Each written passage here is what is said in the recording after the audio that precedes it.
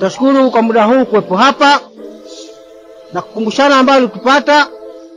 Tulikuwa na mtawala hapa ambaye alikuwa akatutesa sana, na hakuna ambaye kwa hajui. Tumezalilika sana kwa mtawala huyo, lakini leo nategemea kwamba mambo haya yatakuwa yameisha. Baada ya kukaa wazee kwenye kijiji hichi na kuangalia mambo yalikuwa katupata, tumeona tupate mtawala mpya. Hatuwezi kuenda bila ya kuwa na mtawala. Sasa kwa maana hiyo basi tumeona tupate mtawala mpya ambaye ni kijana. Nategemea pia mtampenda mtawala huyu. Mmekubali kupata mtawala ambaye atatoleta kwenye kijiji hiki? Ndio. Nategemea kwamba mtawala huyu mtampenda.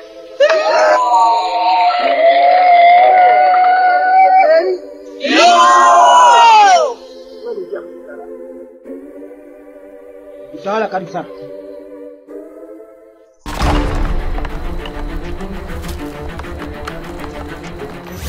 Nafasi niongee na wewe Mauleza.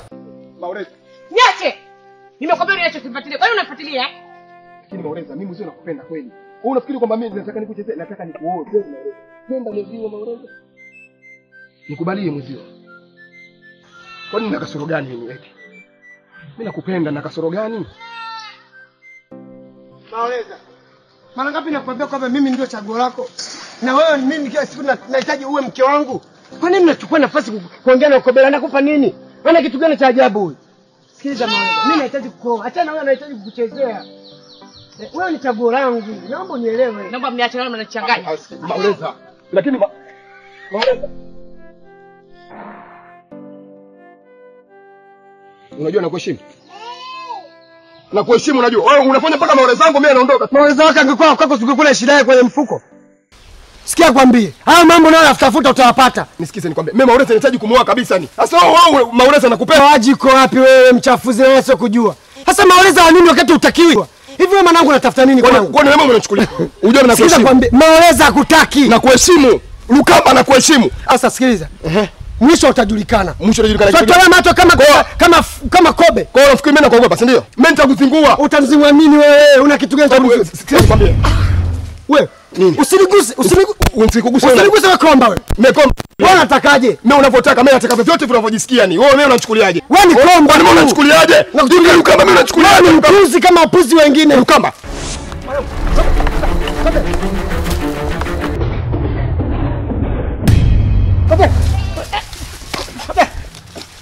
Sikiliza wewe. Achana na Mauleza. Sasa mapenzi gani kulazimisha? Mapenzi gani kulazimisha? Achana na Mauleza. Mimi uwe. Chakula mwana. Chakula mwana. Mimi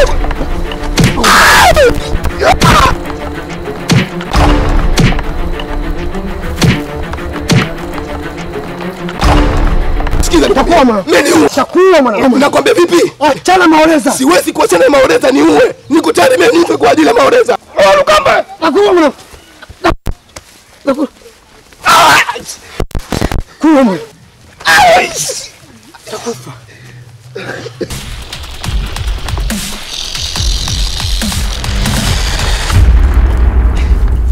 Fresh. Wewe umepata wala umebahatisha, si ndio? Wewe umebahatisha. Takuumiza mwana. Niumize. Tutaona. Fresh tutaona. Wewe utapiga ngoma kwenye harusi Mauleza kwangu wewe. Nisikize nikwambie. Lukamba nakuheshimu. Tulia utaona. Mimi sikuogopi. Wafikiri mimi nakuogopa. Na ipo siku mimi kufanya kitu mbaya. Na kama sitakufanya kitu mbaya mimi nisiitwe mimi kwa. Tutaona. Ipo siku mimi kufanya kitu mbaya. Chukua ndala zako. Mauleza, wewe unapenda Mauleza, chukua.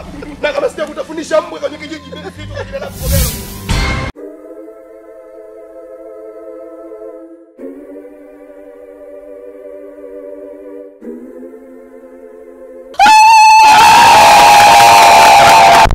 Karibu sana mtawala. Karibu. Huyu ndio mtawala mpya.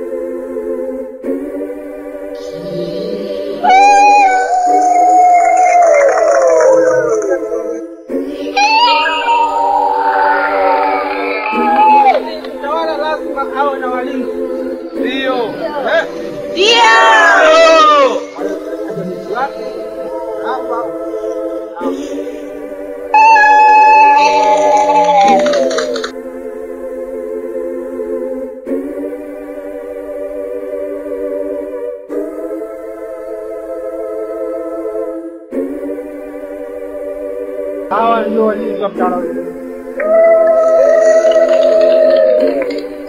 Lakini baada ya yote, hivi sasa namkaribisha mtawala, bila shaka atakuwa na mazungumzo machache na mwezi kupata baraka zake. Karibu. Wana kijiji cha Sanda Mkobani, oye! Oye! Wana kijiji cha Sanda Mkobani, oye! Oye! Nichukue nafasi hii ya kumshukuru Mungu kuwepo hapa. Pia nichukue nafasi ya kumshukuru mzee wetu wa kijiji kwa kunikaribisha hapa. Na pia nimalizie kuchukua nafasi ya kuwashukuru kwa kunipokea vizuri na kuwa pamoja na nyinyi hapa. Sina machache ya kuongea na nyinyi kama wana kijiji wenzangu. Kwa sasa nimekuwa mtawala rasmi wa kijiji cha Sanda Mkobani. Naahidi nitatetea haki za wanakijiji. Naahidi kujenga ukarimu na upendo juu yetu. Mwingine niseme kwamba sitoweza kumuona mtu yeyote anadhalilika katika hichi kijiji kwa bado utawala wangu unaendelea. Wanakijiji wenzangu, niko tayari kutekeleza yote ambayo yanatakiwa kwenye hichi kijiji. Niko tayari kutetea haki za kina mama, haki za kina baba kwenye hichi kijiji cha Sanda Mkobani. Upole wangu, ukarimu wangu, utawala wangu, na hakikisha kwamba kila kitu kinaenda sawa. Na niseme tu, sasa ondoeni hofu, ondoeni shaka, kuwa na wasiwasi, kwa sababu utawala wangu mimi ni wa upendo wa dhati kabisa.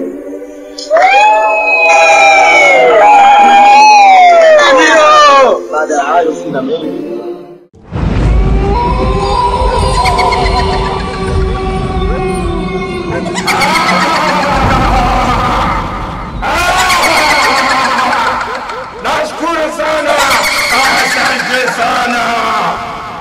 Asante sana kwa kazi uliifanya kule kijijini kutuletea damu ya miaka mitatu kafara yetu. Umefanya kazi nzuri sana kwenye imani yetu. Hakuna hata siku moja uliokosa damu. Umefanya vizuri. Umefanya vizuri sana. Sawa? Sawa. Kwa hiyo tumefurahi na muda wako umerudi tena. Kwa hiyo tunashukuru pia. Tunashukuru tena kwenye kijiji kile kufanya kazi nzuri kutuletea sisi kafara za damu kwa mwaka mzima.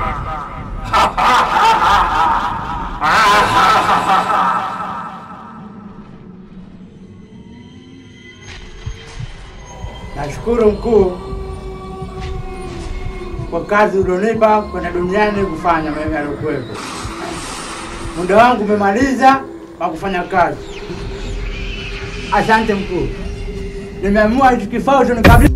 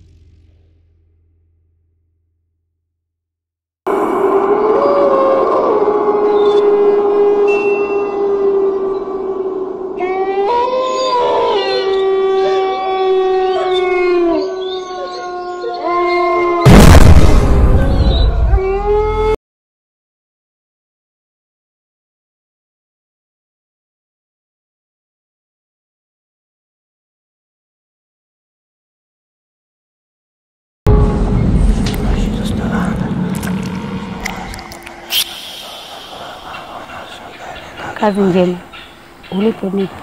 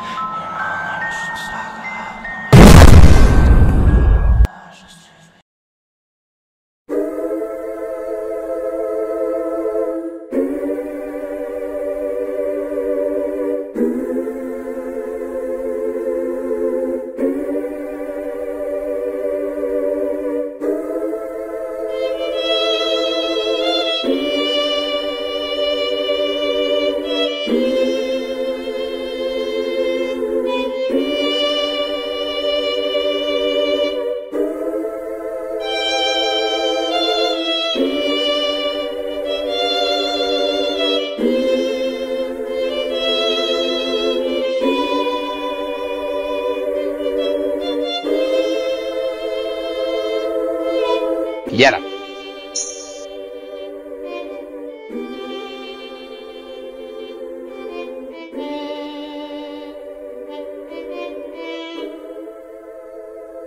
Nimepumzika tu.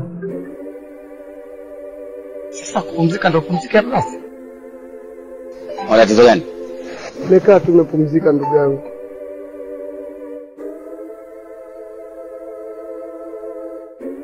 Hii swali ya kawaida kwa binadamu. Unaishi kama hapa porini kama hivi, umekaa sehemu kama hii. Una tatizo gani? Kweli. Mimi kuna jambo ambalo linanipa sana moyo wangu. Unajua mwanzo sikujua kama mapenzi sana miba. Kuna miba ambayo ni tofauti na miba mingine ambayo huchoma mguuni. Mapenzi huchoma moyoni. Kile nifanya nikae hapa kwa mawazo. Ni kwa sababu mwanamke wangu Kigoli Maolezi.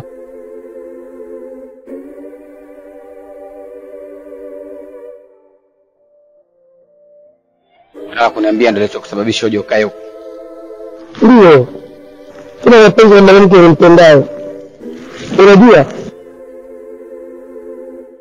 Hata kijiji kwetu kuna mtawala ambaye ametawaza kuwa kiongozi wa kijiji. Na hiyo ndio ambaye namhofia kwa sababu ya mwanamke wangu Kigoli Maolezi. Ambaye mwanzo alikuwa akimfuatilia. Na imani baada ya kupata utawala huu lazima atamchukua mwanamke huyo. Hicho ndicho kinaniumiza sana moyoni mwangu. Sikia ndugu yangu. Kile chako choko nacho na mimi niko nacho hicho. Ila kina tofauti kidogo tu. Ina maana hata wewe unapenda na mapenzi sana. Mimi niko tofauti na hiyo. Ila kama utanisaidia na mimi ninakuahidi hiyo Kigoli yako utapata karibu naye. Nitakusaidiaje sasa? Ni sawa ndugu yangu. Mimi nahitaji kuwa mtawala katika kijiji. Sawa. Na ndio maana nakuahidi, ndipo utaponisaidia, nitakusaidia na wewe. Kigoli yako utakuwa naye karibu zaidi na zaidi. Na utaishi jinsi unavyohitaji wewe. Sijui mtawala. Ndio. Kwani unatoka wapi? Mimi ni mzaliwa hapa katika kijiji. Nilienda mjini kwa ajili ya masomo. Mimi kwanza nikutoe shaka. Katika kijiji mimi sio mgeni. Mimi hapa ni mzaliwa kabisa. Ila niliondoka kwa ajili ya kwenda kupata masomo. Lengo langu kuja kuwa mtawala katika kijiji. Na ndio maana nitakwambia hivi. Nitakusaidia na naomba unisaidie tushirikiane. Sawa. Lakini kwa ni kwamba tayari mtawala yupo. Kwa hiyo ndugu yangu sio na shaka. Naenda kampani zako ndogo ndogo tu. Ile lote ni jukumu langu mimi. Mimi lazima kijiji nitawale. Aha. Ya.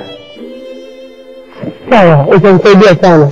Mimi kiletani kumpata mwanamke wangu nimpendaye. Ninakuahidi ndugu yangu Kigoli yako utakuwa naye. Kwa hiyo naomba baadaye tuonane basi kwa ajili ya kufanya mambo mengine. Sawa, asante. Sawa. Asante. Lakini usikae uendelee kukaa sehemu kama hizi bwana ndugu yangu. Ni pori kubwa ile. Sawa. Haya. Asante.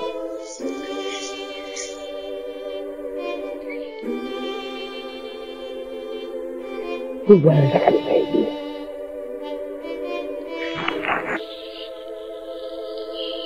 na kwenda kuishi maisha mapya na mwanamke wangu Kigoli. Huyu bwana lazima nisaidie kwa kila hali ili niweze kupata nafasi hiyo. Siko tayari kukosa Malikia wangu Maholei.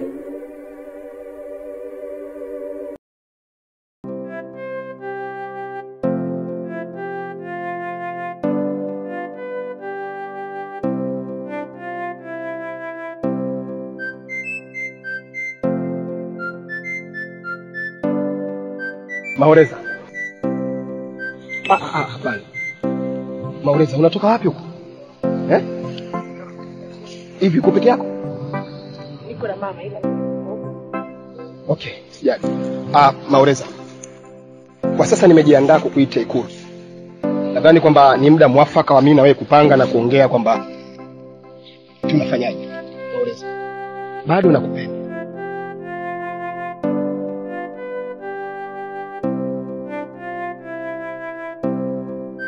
Sikiliza. Wewe ni mtawala katika hiki kijiji. Na utaendelea kubaki kuwa ni mtawala tu katika hiki kijiji cha Malumbani. Maoreza.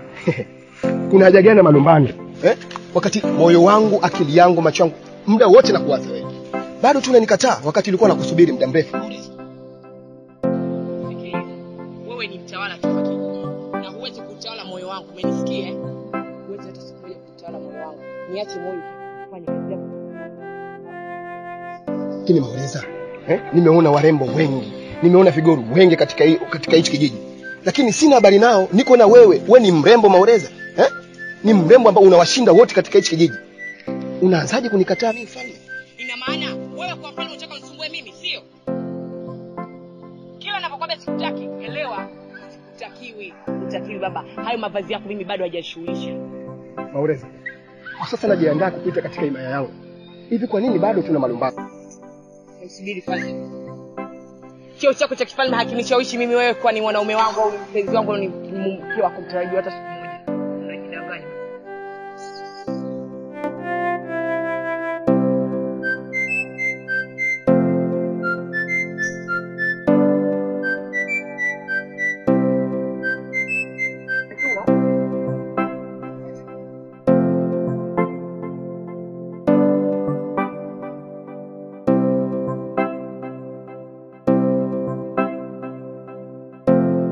Hivi mtaalamu, mbona nimeona dola? Bado hajanisumbua kabisa na hiyo kuja katika himaya. Sawa.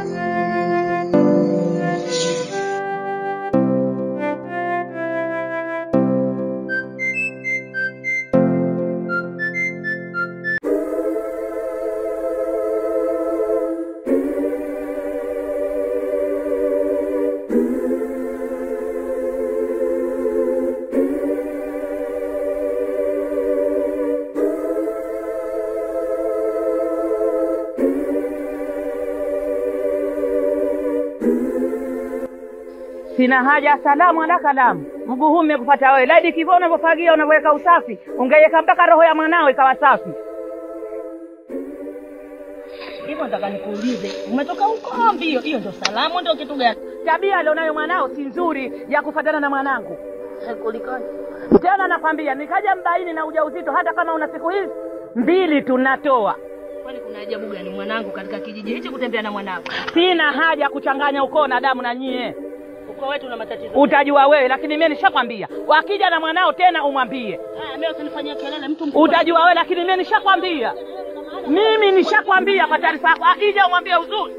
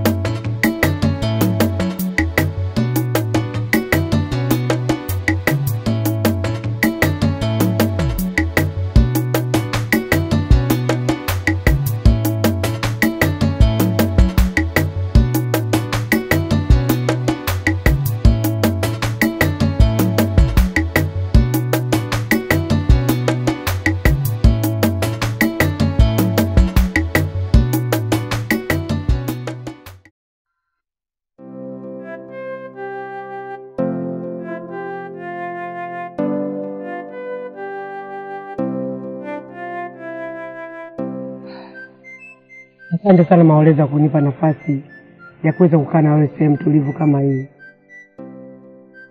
Najua umeniheshimu sana kuacha shughuli zako na kuja kunisikiliza.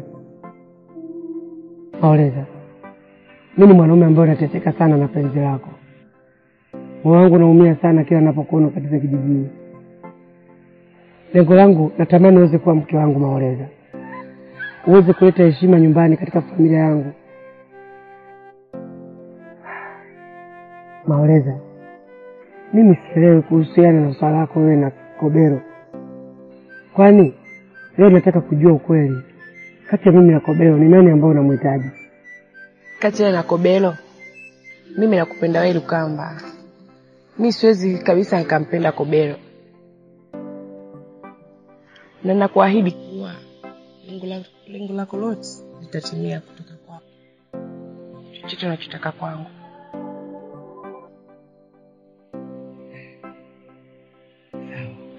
Ni kweli hayo zungumzayo? Asante sana Maoleza. Maana umeweza kuzitekeleza hisia zangu. Dhamira yangu nahitaji uwe mke wangu. Kweli? Ndio. Basi leo angalau tumaini. Na mimi natamani vile vile. Ila jua mimi ni kigoli kwa sasa. Bado bikira. Na kwa mila ya kwetu hapa kijijini hakuna kigoli yote anayehusika kufanya tendo la ndoa na mwanaume kabla ya kuolewa. Tamani sana nifanye na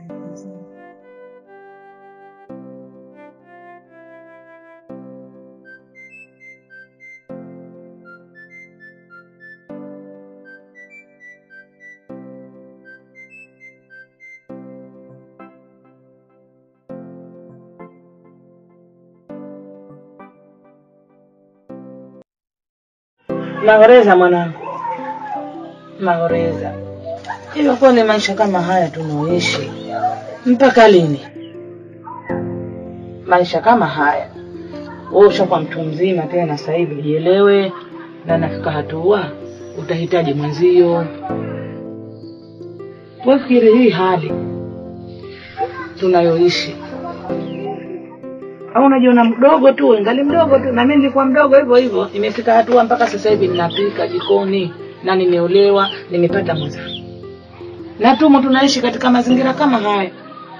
Kuwa wewe unamkataa mtawala wa kijiji. Hivi watokee nani mwanangu? Ni mrembo pekee katika kijiji hichi. Unajua fika kama mimi ninaye mchumba ambaye nampenda. Mbali na mtawala unamzungumzia. Mchumba gani? Ni Lukamba mama. Lukamba ndo nani? Nakuuliza wewe, Lukamba ndo nani? Kuliko mtawala wa kijiji? Lukamba anaweza kubadilisha mazingira kama haya tulionayo? Hebu yatizame hivi alivyo. Anaweza kutubadilisha sasa tukaondoka ngala katika hali hii mwanangu? Mwanangu we. Mimi simjui Lukamba. Asa nitaolewaje na mtu uliokuwa simpendi? Usilazimishi kwa mtu uliokuwa simpendi. Hivi hayo ninokuambia huyataki ya kuingia akilini Au wewe umeridhika tuishi kama hivi? Na sisi tunautaka ufahari. Mimi simtaki mtawala unomzungumzia wewe mama. Mimi nampenda Lukamba. Lukamba anaweza kutubadilisha? Akatuokoa katika mazingira haya? Unakataa wachumba, wanangu wa maana, unamtaka Lukamba. Lukamba atatufanyia nini si la maana? Si bora tuingie katika ukoo ule wa mtawala mwanangu tuondoke na mazingira haya. Na watoto wa siku hizi na wanaloteka wao ndio hilo. Lukamba unamjua wewe, mimi simjui Lukamba. Tena wala sikusikie mwanangu hapa kumtaja Lukamba. Kama huyo Lukamba wewe ndo anakuzuzua huko chochoroni, njiani huko, nikikutuma na saa tena urudi kumbe uko na Lukamba. Hapa nisimuone Lukamba hata siku hii moja. Na mimi mama, huyo unamtaka wewe mtawala, mimi simtaki. Nakwambiaje, atakuoa huyo mtawala.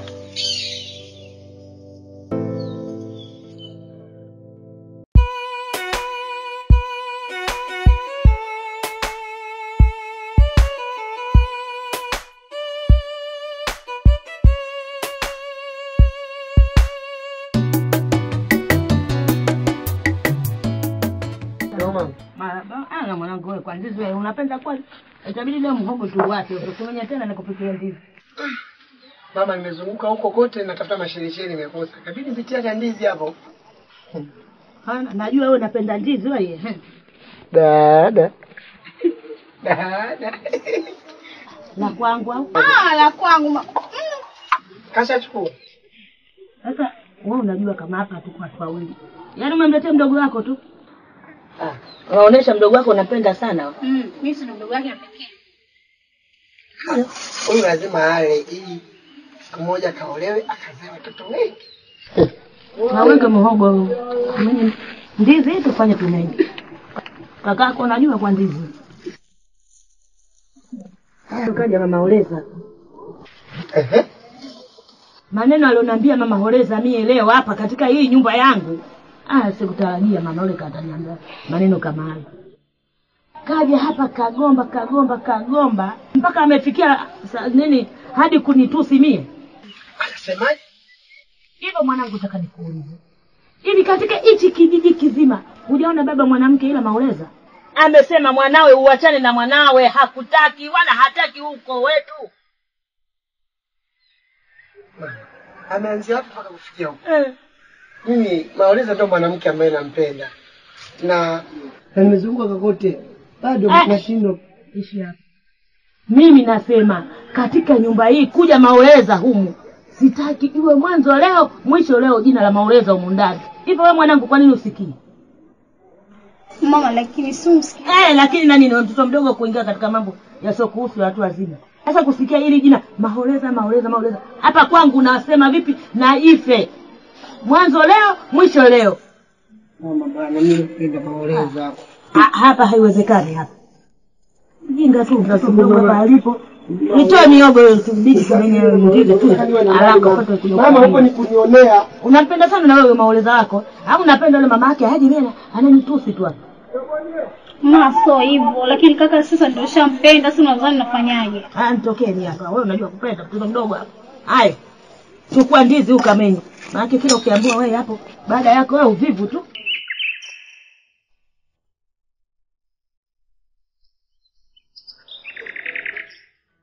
Mwanangu, leo rafiki yangu babu nimepita pale shambani kwako. Kule bondeni mwanangu. Yaani nimepita. Yaani kuna nyanya nimeiona imestawi kijani kibichi. Yaani hadi kila mtu anayepita babu. Yaani anatamani angalie. Wewe na umeshatamani shamba la mwenzio utakuja kuiba. Mwanangu, kuiba ngumu lakini mimi nataka nipate ile michakato ile. Siri yenyewe sio? Ile shamba? Ile siri yenyewe ni shamba la mbolea tu. Tena mbolea nini basi? Mbolea? Mbolea mbuzi tu. Mbolea mbuzi hapa, Mbolea mbuzi ndio kwenda kuitilia shambani kule. Umefanyaje kwanza? Unauliza tena. Sio tupia mbolea. Tunatupia mbolea shambani. Usikia ngwambia. Ndio. Mimi lazima nipate mbuzi wa kwangu unifuge. Mbuzi yana faida kubwa sana. Kwa sababu kwanza mbuzi unaweza kuchinja kala nyama na pia maziwa yake ni dawa. Maziwa mbuzi? Wewe bwana acha kuambia maziwa mbuzi ni dawa kuongeza nguvu za kiume. Au kukapa mtare wala. Kwa mganga naye au tabibu. Kwa dawa za nguvu za kiume.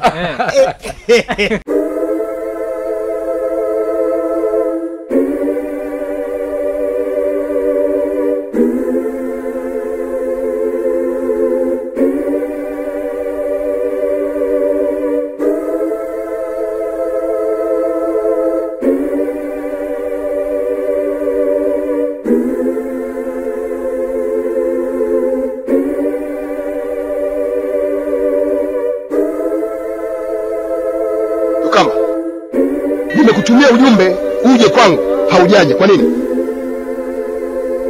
Unaleta dharau, si ndio? Tambua kwamba mimi sasa nimeshakuwa mtawala. Natawala katika hichi kijiji. Ukijaribu ukidiriki kutembea na Maoleza, hakikisha kwamba na kuna hama katika hichi kijiji. Mimi nimeshakuwa mtawala. Mna yake kufanya chochote kile kwenye hichi kijiji. Sasa ikiwa unaleta dharau, ikiwa unaleta kiburi, nakwambia ukweli nitakupoteza. Na uhakikishe kwamba kila unakotembea kokote unatembea na sana mkubali. Kwa maana nakuchukia. Sihitaji kukuona kabisa katika hichi kijiji. Achana na Maoleza kabisa. Maoleza achana naye. Sasa kama wewe unaleta dharau, unaleta kiburi, sitokuangalia usoni wala sitokufumbia macho. Nimeshakuwa mtawala.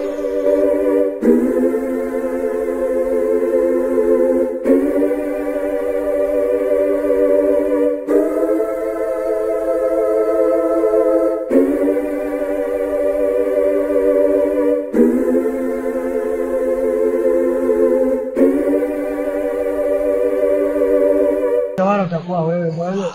Changa mimi. Mwavisha wenzio vitenge.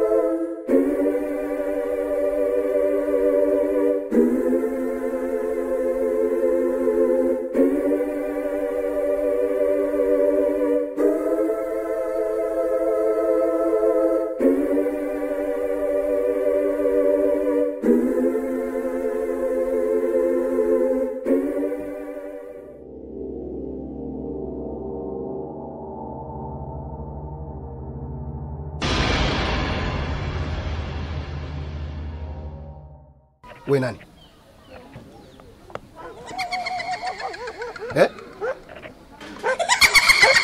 Nasema na wewe nani?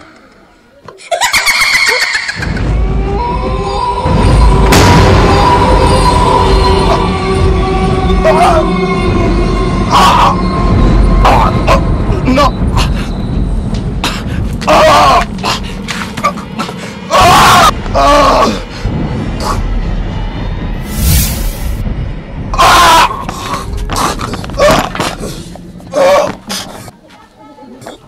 Mtawala.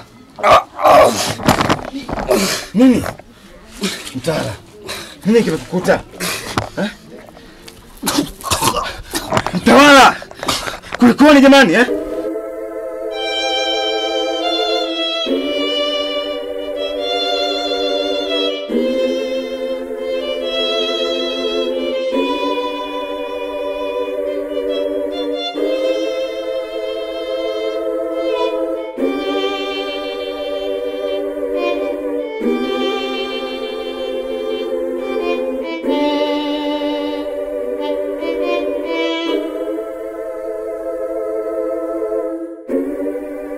Tayari nilishamaliza.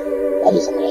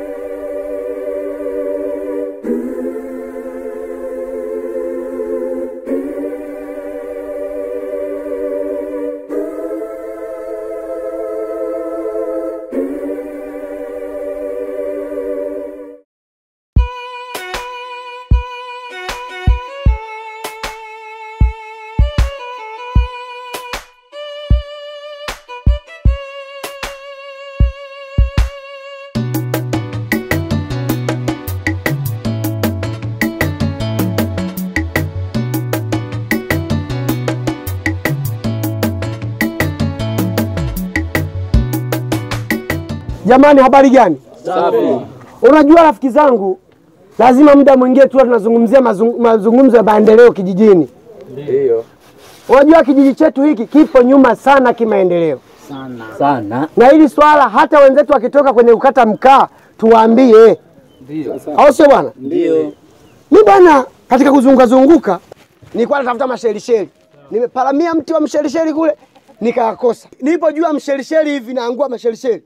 Naona jamaa ananiita. Bana samahani nikuulize. Anauliza hivi kijiji kina zahanati? Nikasema hakina. Shule hakina.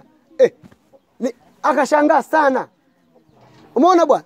Na mimi nikajifikia kweli kijiji hakina taa zahanati. Wakina mama wanajifungua huko mtaani, watoto wanakufa. Ndio. Unaona? Ndio kabisa. Na watu wengi wakipata malaria wanakufa. Ndio. Umeona? Sasa tutafanyaje? Akasema ni lazima kijiji hiki tuhakikishe kwamba tunapata mtawala anayefuata sasa hivi awe msomi. Ndio. Uhakika. Ndio. Lazima tupate msomi. Kwa hiyo jamaa kanaambia yeye bwana yuko tayari kutawala. Na ukimwangalia ana elimu, yuko vizuri, amesoma. Kichwani hivi. Lukamba. Huyu jamaa namjua. Na anakaa wapi? Huyu jamaa? Huyu jamaa namjua, amenielezea anakaa. Yaani nyuma huu mtaa huko karibu na makaburini huko. Ndio anakokaa. Mtaa ile nyumba mzee Mpolohongwa pale. Ukiteremka chini kwa mzee Vunjwa. Ndio. Wa mzee kwa chini yake sasa. Jamani msomi, naongea Kiingereza tu huyo jamaa. Acha wewe. Kuna sema aliongea mpaka ngajiuzi, huyu jamaa nitukani kweli. Yes, nasema Lukamba acha zako mimi nakwambia. Mwanangu sikilizeni, Lukamba hana lolote, Lukamba longolongo tu yule. Inawezekana ni kweli bro. Hamna, haiwezekani. Huwezi kujua mwanangu. Unashangaa na bisha tu. Wewe unajua. Unajua nini? Sikiliza jamani. Wewe ni mwenetu, hawezi kutudanganya. Ndio la kweli. Hilo kweli. Sasa sikieni. Yaani hili jambo nawaambia ni jambo la uhakika. Kwa sababu kiongozi wetu kashakufa hapa mtawala. Ambaye wote tulikuwa tunampenda. Nani alikuwa ampendi yule bwana? Hakuna. Hakuna. Sasa baada ya kuwa yule bwana amekufa, ni lazima tuhakikishe kwamba tunapata kiongozi mwingine. Ndio. Kiongozi anayefuata asiwe mbumbumbu. Kabisa. Awe kiongozi ambaye kidogo elimu ipo kichwani. Si ndio? Tupate maji, tupate visima. Au sio bwana? Yaani visima sasa hivi viwe vya aina nyingine. Amesema anaweza kaleta visima vile tukaacha hivi vya kuvuta, tukaletea visima vya pampu. Umeelewa? Una pampu tu maji sio kwa nguvu, unapeleka taratibu. Umeona? Jamani sikilizeni. Mimi haya maneno yanazungumzwa jamaa, mimi sijayafa. Wewe unaongea nini? Jamaa mnamjua huyu jamaa porojo nyingi. Ndio huyu kweli hapo. Kila huyu jamaa huyu. Hawa sana ni tu. Jamani sikia niwaambie. Na huyu jamaa hawezi hata siku moja kunitetea au kunizungumzia vizuri. Kwa sababu huyu jamaa na bifu na mimi toka tukiwa bado wadogo. Umeona? Na hata tukiendeka kwenye chandimu hanichagui. Umeshakuona siku nachezea upande wake huyu. Kweli. Ina maana huyu anakaroka kitasa. Anakaroka hii nini ya kuvulia samaki nini? Ndoana anakaroka ndoana. Hamna issue yoyote hapa. Sasa sikizeni niwaambie, lazima tumchague bwana awe kiongozi. Kwa sababu jamaa kwanza anakaa msomi. Unajua kuna wakati amezungumza Kiingereza. Anapiga Kiingereza mpaka yes, nini hainga usinitukane. Usinitukane bwana. Umeona? Nikaona okay. Mimi naenda mtaa pili kuna mazungumzo naenda kuongea na Kagise. Sawa bwana? Nenda kukutana Kagise. Kama mko tayari jamani, mpigieni tuhakikishe kwamba kijiji hiki tunapata msomi ambaye kidogo ana mtu mwenye elimu hata wale. Mimi ndo wa kwanza yani mimi kama mshikaji atakubali mimi ndo nitakuwa wa kwanza mshikaji. Kwa mfano kijiji hiki, mkanichagua mimi nikawa kiongozi. Mtatoboa? Tukutane. Wewe nishakuzoea bwana. Halafu, umesikia bwana? Jamaa tujitahidi. Hili swala ni serious. Hili swala tulifanye.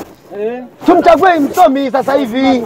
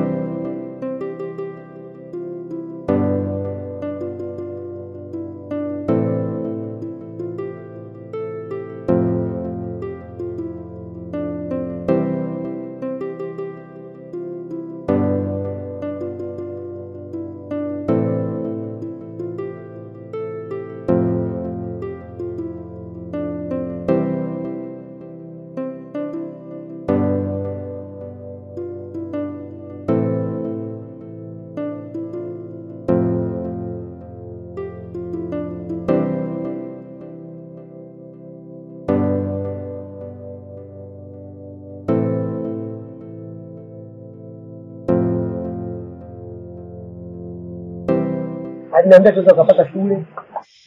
Tupate soko. Mzee shikamo. Kwema. Tuna mazungumzo kidogo mzee. Sasa mimi hapa nilikuwa tunashakamata kipanga hiki natafuta tepe langu liko wapi? Nikikonea na galaka ta. Basi sawa. Hatutochukua muda mwingi. Mzee wangu, sisi tumekuja hapa. Tuna jambo moja ambalo nataka tuzungumze na wewe.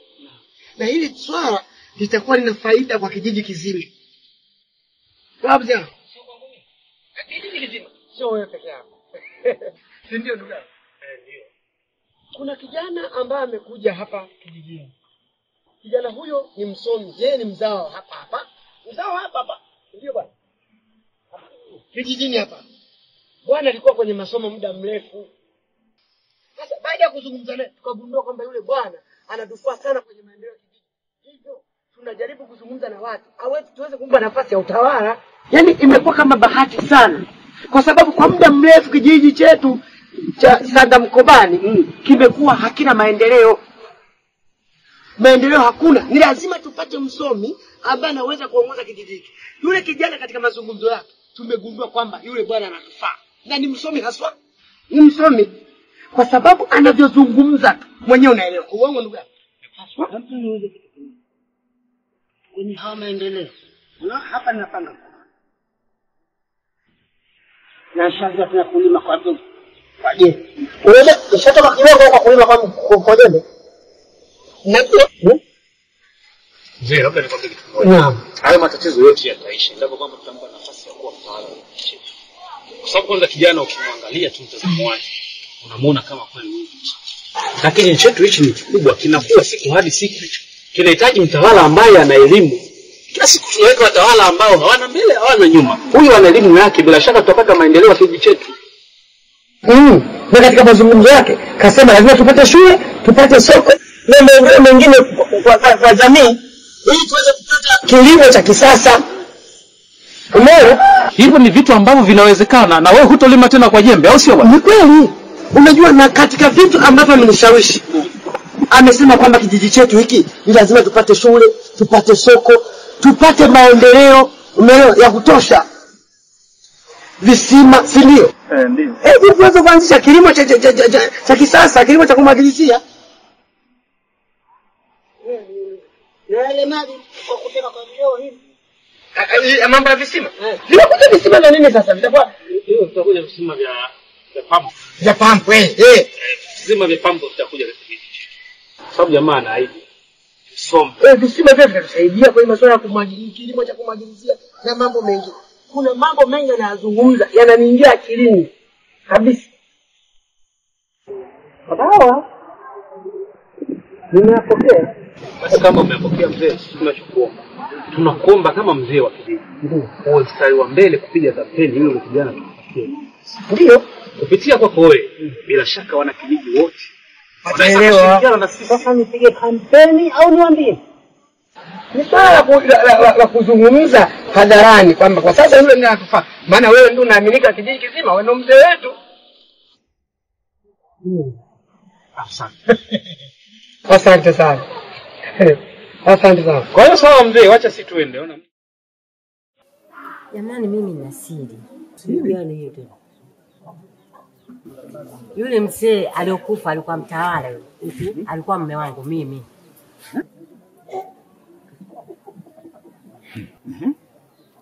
Alikuwa mchawi huko wakamfukuza akaja kijiji hiki.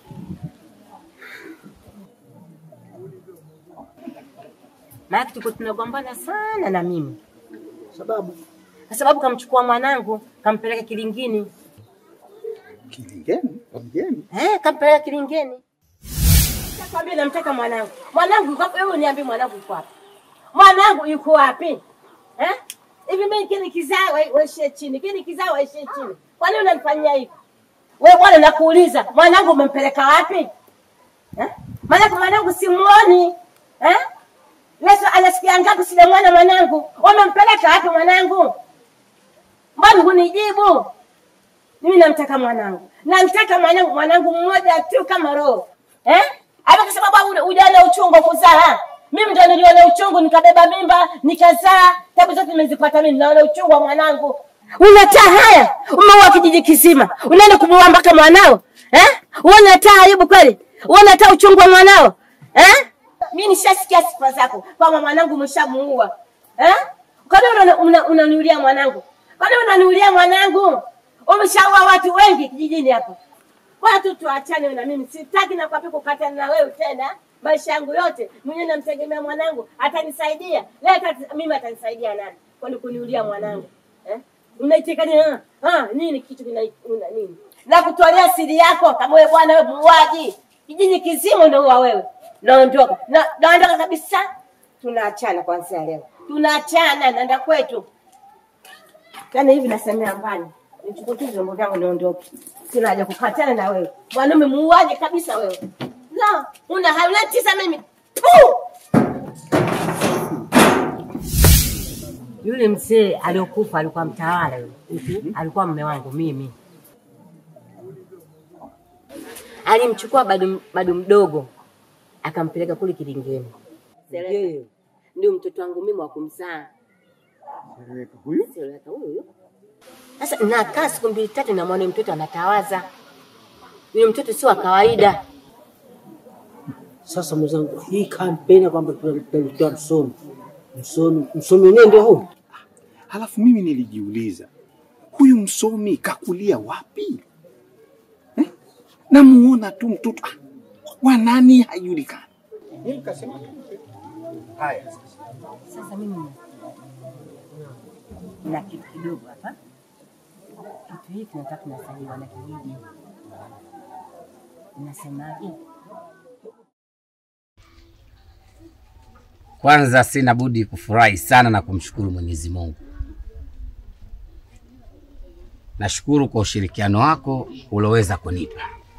Lukamba, umefanya kazi kubwa sana. Ninashukuru sana umeweza kutimiza ahadi yako ya kuweza kuwa mtawala mimi katika kijiji hichi. Leo hii nina furaha kubwa sana. Ahadi yangu niliyozungumza kwa mara ya kwanza, leo hii na kuizirishia kabisa kuwa Maoleza ndio atakuwa mke wako kabisa. Maoleza. Naam. Sitotaka kusikia kitu chochote cha ajabu kwa mwanaume mwingine zaidi ya huyu. Na hivyo nasema hivi, katika hichi kijiji tafuta nyumba yoyote unaohitaji wewe kuishi. Niambie nyumba ya fulani, basi nitamuondoa hapo nimpe sehemu nyingine. Chagua eneo lolote utalolihitaji kuishi na mke wako Kigori. Mashamba kwa ajili ya wazee wake, mahitaji yenu pamoja na mifugo. Chagua sehemu yoyote ambayo utahitaji, basi mimi ninakuachia huru. Nimefurahi sana. Mimi nikushukuru sana mtawala kwa sababu umeweza kutimiza ahadi yetu. Nadhani hii tutaendelea kuwa hivi kwa ushirikiano kwa kila hatua. Na mimi sasa nitafuata vile ambavyo vinaambia. Asante sana mtawala. Asante.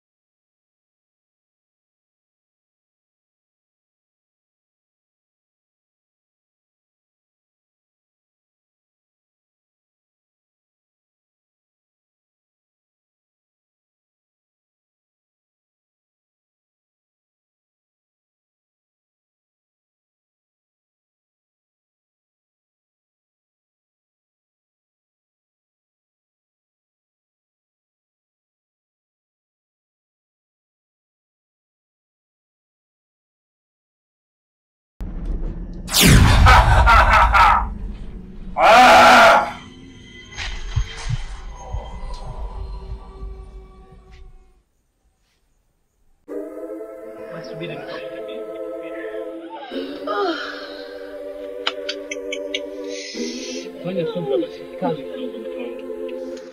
Ndio naumwa lakini ni kazi na usijiachie moja kwa moja. Hebu fanya subira mtu wangu. Mungu atakufanyia wepesi. Basi subiri.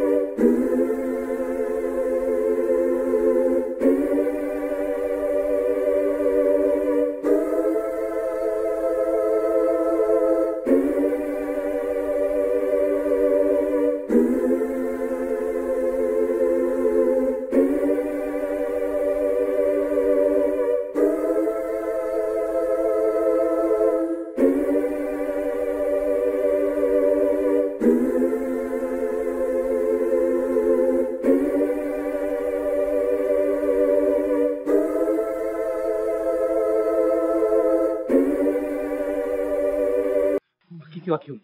Wa kiume. Alhamdulillah, nashukuru Mungu. Ndoto zangu zimetimia. Nashukuru Mwenyezi Mungu. Ngoja nikamwone mtoto. Acha kwanza nikamwone mwanangu. Nina furaha kubwa sana na hata nasema.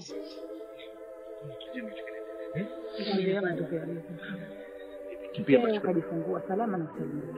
Lakini sema kama kuna tatizo mimi nitajua. Mtoto mtoto shiriki baba. Kwa hivyo tustahamili ndio ukubwa. Kwa msiba kwa sote.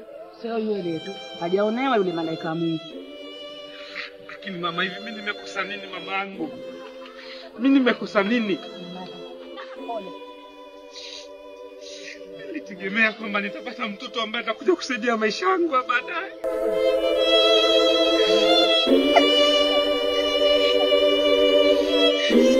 Nimekosa nini mimi mama katika?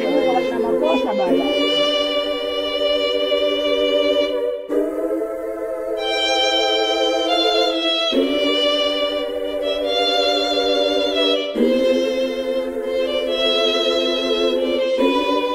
Katika kitu ambacho kimenipa hasara mwaka huu ni shokshoki. Unajua pale Kihameni nilipoanza maisha?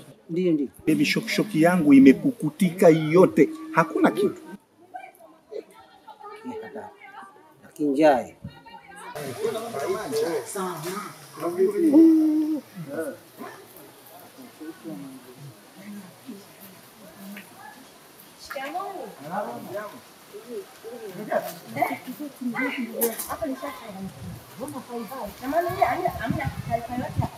Yule mke wa Kagisa hamna habari yoyote hapa nimekaa.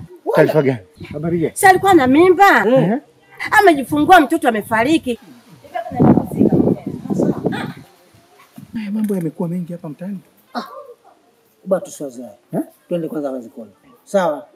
Wewe utanifuta mimi.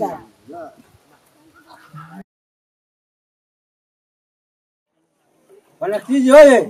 Oye! Asante wanakijiji kwa kuitikia wito. Leo mtaala ametita hapa. Inawezekana kaja na mapya, inawezekana kaja na makongo. Nini atatambia? Kwani mkaribisha nani? Tayari mkaribisha mtaala? Ndio mzee. Tayari kusikiliza? Ndio. Asante. Mtaala karibu sana.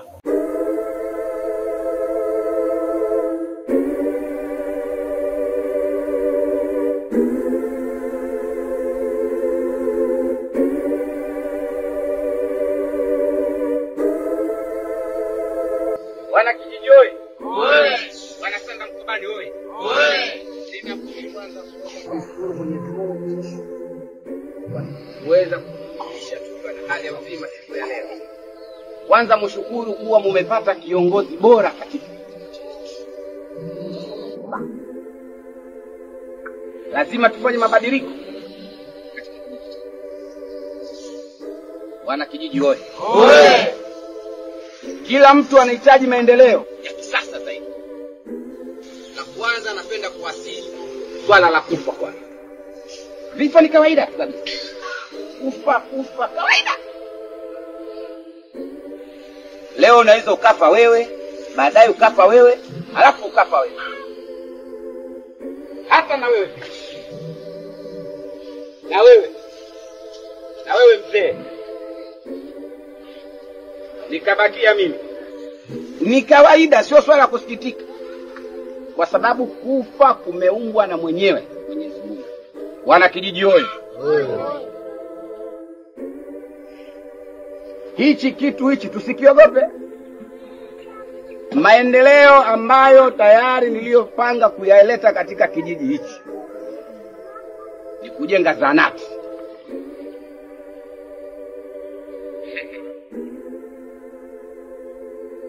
Nimegundua mna zana sana. Kama mimi mtawala, msomi, sipendi kuona watoto. Sipendi. Kwa hiyo, kwanza natoa tamko kwa kina mama. Katika kijiji hichi, kuzaa mwisho watoto 14. Wakiendelea tena hapo, ni mali yangu. Wana kijiji hoye.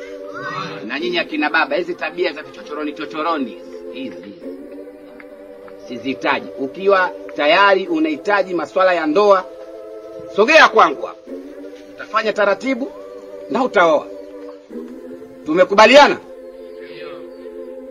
Na swala jingine katika maendeleo nazungumzia elimu ya kusoma shule. Shule nahisi mnapata shida sana. Na hiki kitu nakiona kabisa, ninaumia, nina uchungu. Naumia. Mnatoka hapa shule mnaenda kuitafuta nani huko? Kabunga kweli? Sasa hapa tunajenga shule. Tutashirikiana wote wana kijiji. Akina baba hoye. Tupo tayari kwa hilo? Nasisitiza swala la kufa, msiogope. Kufa kawaida. Naweza mkafa nyinyi wote nikabakia mimi. Kawaida.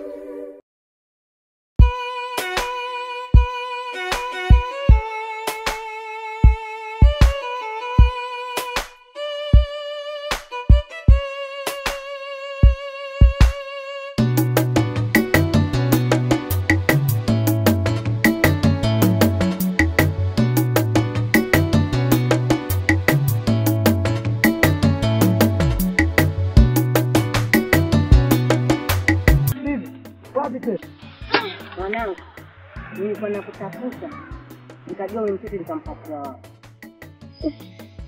Bora nilipokuona hapa nashukuru. Ndio nimeona niko hapa natafuta mchanga bibi. Ndio. Kuna mjukuu wako? Mbona uko na mjukuu wako? Nimeamua niende kijiji. Unahama? Kwa nini bibi? Maanake mume wangu ni mchawi. Mume wako wewe umeshamzika? Bado mzima, yule mume wangu bado mzima, hajakufa. Mbona unachanganya? Sikuchanganya mwanangu. Mume wangu mzima kabisa, wala hajakufa. Ina maana sikio tulivyokuwa napiga ngoma na kwenda kuzika, ina maana hapakuwa na mtu kwenye jeneza? Ndiyo, na kwenye jeneza ilikuwa hakuna kitu.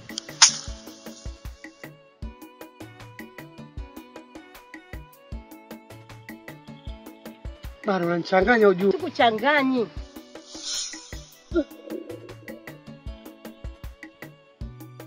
Sasa ulitaka nifanyeje mimi? Nilikuwa nakutafuta nikupe uchawi. Mimi unataka unipe uchawi? Wewe bibi tuheshimiane wewe. Unataka unipe uchawi mimi? Si uchawi wa mume wangu. Sitaki habari za uchawi mimi. Nataka wasaidie wana kijiji. Sasa niwasaidie au niwaue sasa? Bibi mbona nichanganya leo? Mwanangu, hebu pokea. Wasaidie wana kijiji. Sasa nataka nikufikiri. Uchawi mume wangu. Siku zote mchawi ni mganga. na mganga sio mchawi. Una maana gani? Hiyo ni dawa kwa ajili ya kuharibu uchao wa mume wangu. Pokea mwanangu hii dawa. Bibi, mimi naogopa. Usiogope mwanangu. Ndio maana naomba kawasaidie bwana kijiji. Koi, hii ni dawa au ni uchawi? Hii ni dawa mwanangu. Dawa hii imepita kwenye uchao. Mwanangu, pokea hii dawa. Hiyo dawa pokea mwanangu. Kawasaidie bwana kijiji. Ina maana nikiwa na huu hapa wana kijiji hawatakufa tena. Nimetoa hii siri, nitajua nitakufa. Bora nikafe mbali.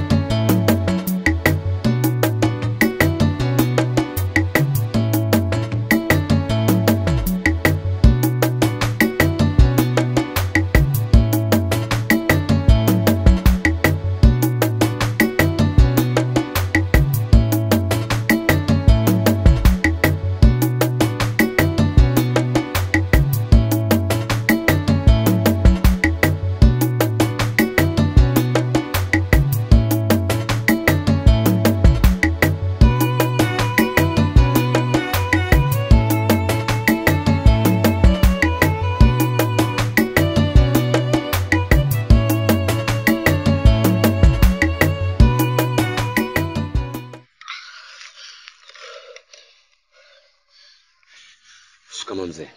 Marhaba.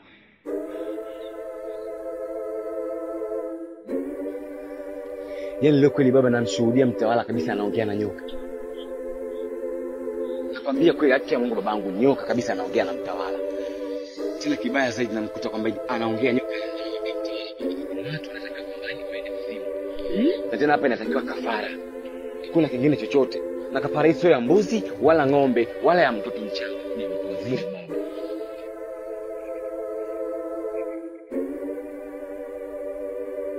Unajua, mwanzo nilikuwa nikaona kivuli, lakini hivi sasa hivi nimepata picha kabisa naiona.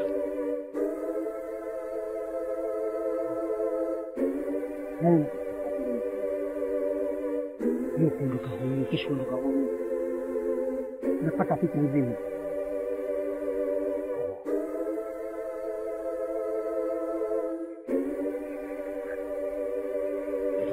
Ndio manake.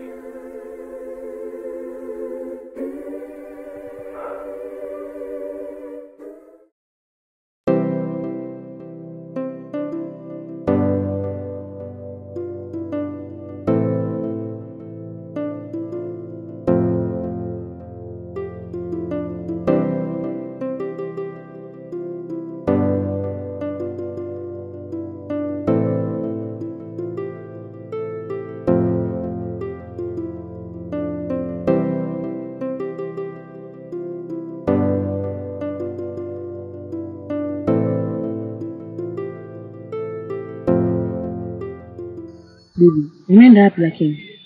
Natoka kijijini, naenda kijiji huko nilipozaliwa. Huko tulikuwa tumehamia tu huko.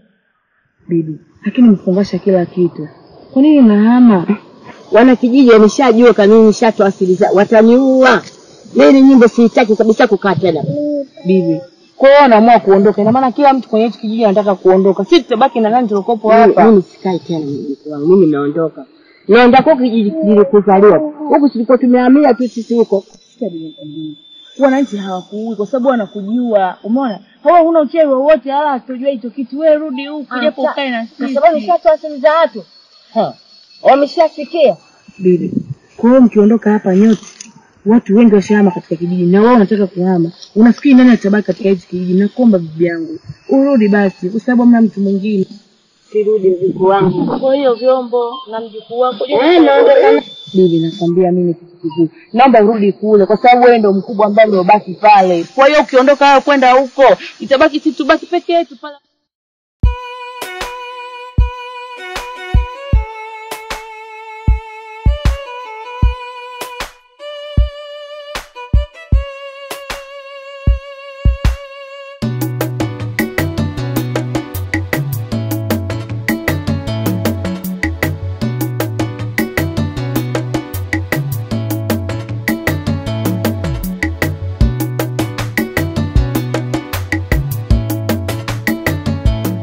Asante sana.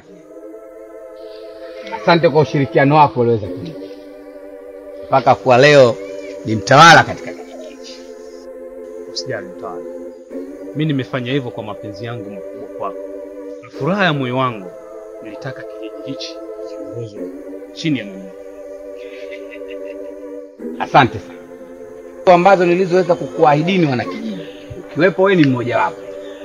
Ni kwenda kuwapeleka kule sehemu ambayo mimi ndio nilipopeleka. Tashukuru sana. Kwa hiyo safari hii ni leo. Muda wake ni huu. Sungeniacha nikajiandaa niende kule nikiwa smart nitende na mavazi haya wala mtawala. Hapana. Hata mimi nilivyokwenda siku ya kwanza huko sikupaswa kuwa ni smart. Isipokuwa nilivaa nguo hata mimi mwenyewe sikuamini kama hizi naweza nikafika huko. Kwa hiyo tungeomba tutumie usafiri huu. Samani, rudi kidogo. Tungeomba tutumie usafiri.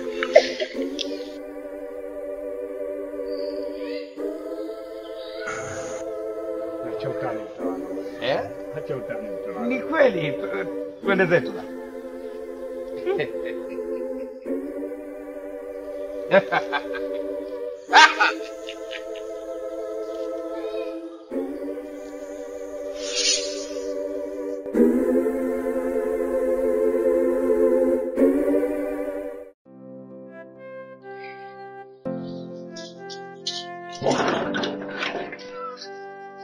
Jennifer, mke wangu. Vipi tena? Mwanangu, uondoka sije nileta taarifa kama Kadisi kapotea katika kijiji leo hata hajaonekana. Kadisi kapotea? Ndio, na wanakijiji wote sasa wanakutoka kwa mwenyekiti na kwenda kumtafuta, hajulikani kama yuko hai au amekufa. Yaani haya mambo mke wangu hapa kijijini yananichosha sana. Mwanangu, si unajua siku hizi kijiji kimeharibika. Hapa hapana cha kujadiliana. Kake panga ndani tuongozane twende. Wewe unajua kijiji kila siku kimeharibika hichi. Yaani tunachoka kabisa. Mume wangu. Kuhusu haya mambo. Naona mimi anachelewesha. Tukaeke panga twende zetu. Sawa, wewe tangulia, mimi niingia ndani. Sawa, mume wangu sio kachelewa.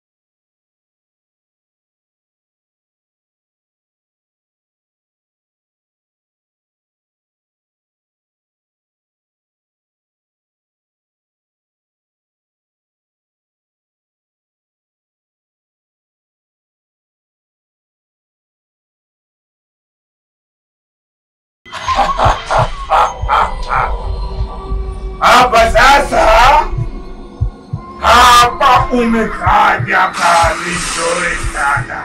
Wewe umetuletea hawa wanadamu wazuri sana. Hawa wanafaa kwa kutoa kafara yetu. Hatujawahi kama hawa. Hapa wote ukiingia tumeelewa, na wewe umetuelewa. Kwa hiyo rahisi, hawa wanafaa kwa kafara yetu. Sawa.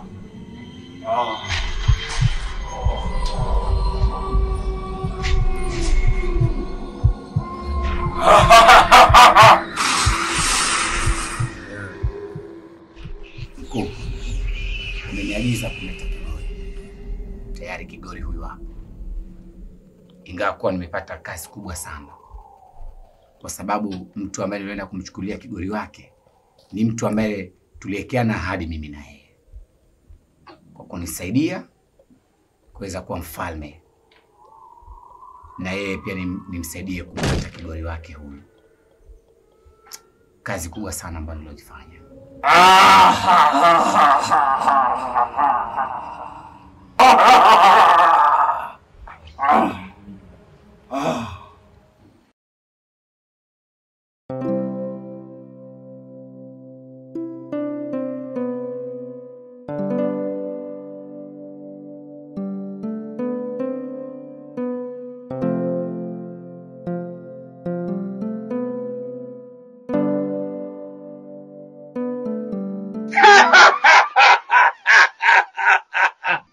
Kijana. Pole sana. Najua ujio wako unaingia hapa nyumbani kwangu. Mimi ndio mfalme. Kigori wako najua kuwa amekufa. Hii ni kawaida. Utemebe kabisa. Ni kawaida.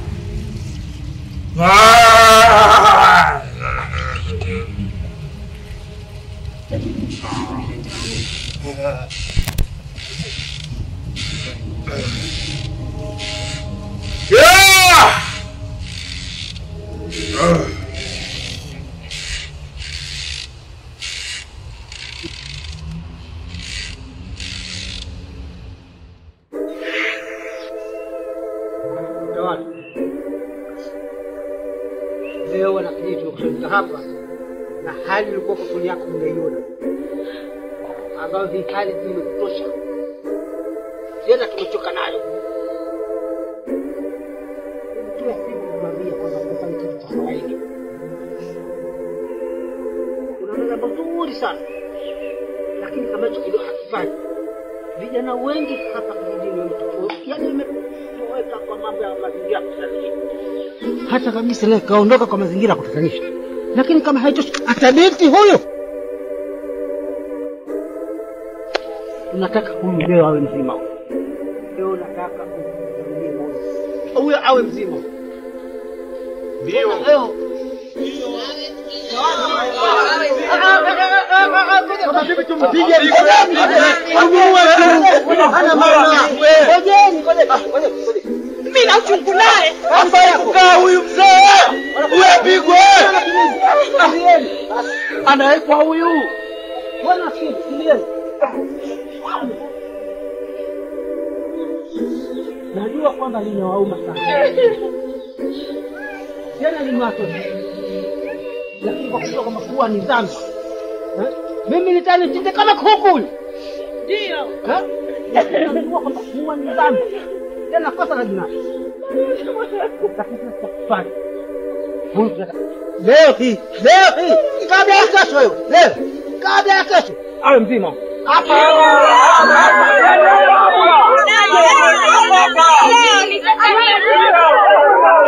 ndio jamani, ndio. Yakabika arudi.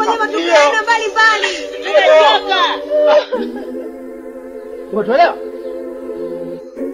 Tena haraka sana. Utawala umekwisha. Una awe mzima sasa. Na kabika arudi hapa.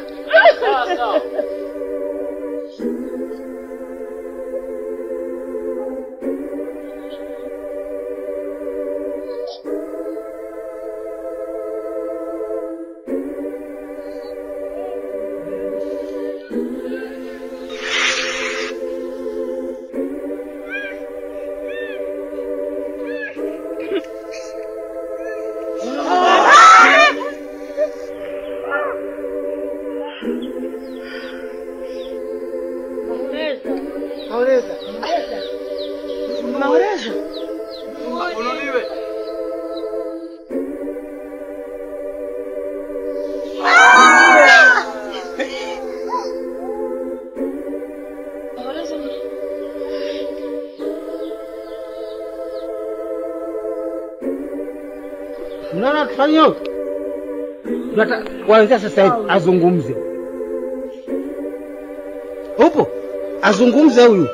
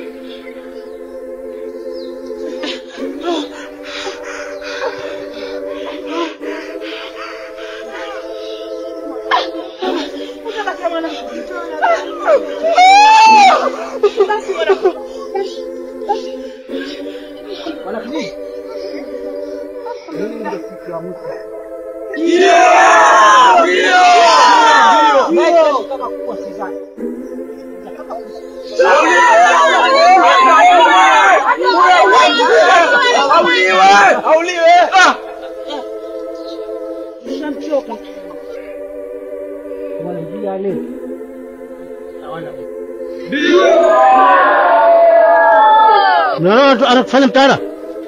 Lakini sio hii tu, hata Kagisi pia arudi hapa.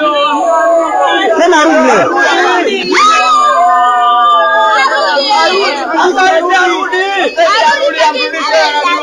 Wewe kwanza leo si mtaala tena. Kwani si hapa? Kwa uliwe huyu.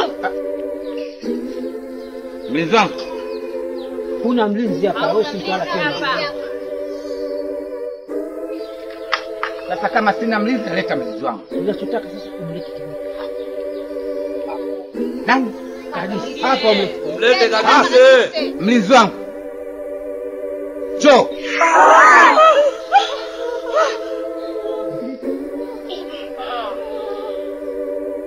Sasa na waombeni kama mnamtaka kabisa, mmoja wapo aje ungane na wewe akamfuata. Wewe, Nani atakuja? kwa nini usiende mwenyewe? Njoo ungane naye wewe. Au wewe. Mimi niko tayari. Haya njoo. Mwanangu sasa hutorudi. Hutorudi. Mchawi huyo. Wewe kaka. Atakuwa huyo. Amchukue kabisa.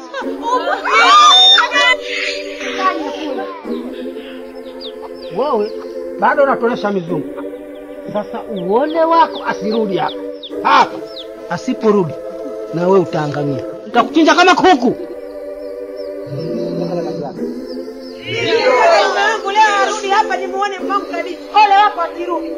Arudi, tena arudi. Wewe. Asirudi kaka yangu hapa chakoni. Sasa nakuhurunieni. Kuanzia leo tunatawala wenyewe.